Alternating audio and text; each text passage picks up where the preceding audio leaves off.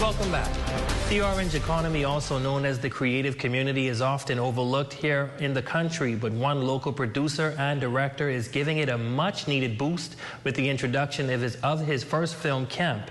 It's the brainchild of Cranston McDonald, who explains that it is training ground as he, along with local facilitators, work to develop and hone local talent.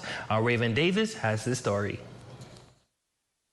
The vast untapped potential of the orange economy has not yet been realized, but local producer and director Cranston McDonald is passing on his knowledge of all things film. And with an illustrious career that spans over a decade, he's definitely being the change he wants to see with the introduction of the Cranston McDonald Film Camp. The aim to thrust budding Bahamian creatives into international stardom. Well, after I've seen we have a lot of actors, a lot of Bahamian young kids who started out, acting in plays and in churches and so forth, and it stops there. No one actually look at these kids and say, you know something, this could be the next Sidney Poitier. This could be the next Calvin Lockhart. Nobody ever looked at that, and so you don't ever want what these guys learn in school and in church just to stop there. The group, consisting of children between the ages of 12 to 18, instructed by local facilitators on myriad aspects of theater, including but not limited to monologue, directing, and editing. McDonald says this is all in preparation as the international market is quite competitive. Next week, I'm going to have them directing, producing, editing.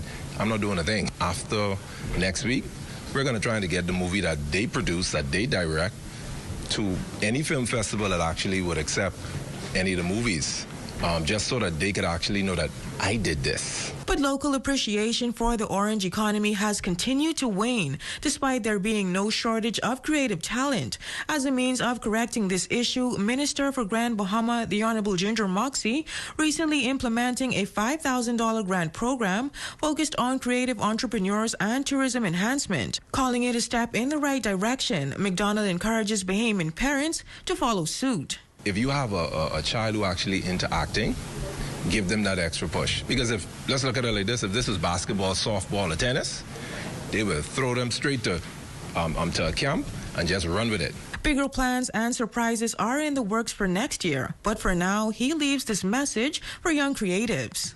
Listen, if Tyler Perry could sleep in his car and be the biggest producer today, that means whatever it is that we are teaching today, you take that with you and you do exactly what is, be a sponge to your environment.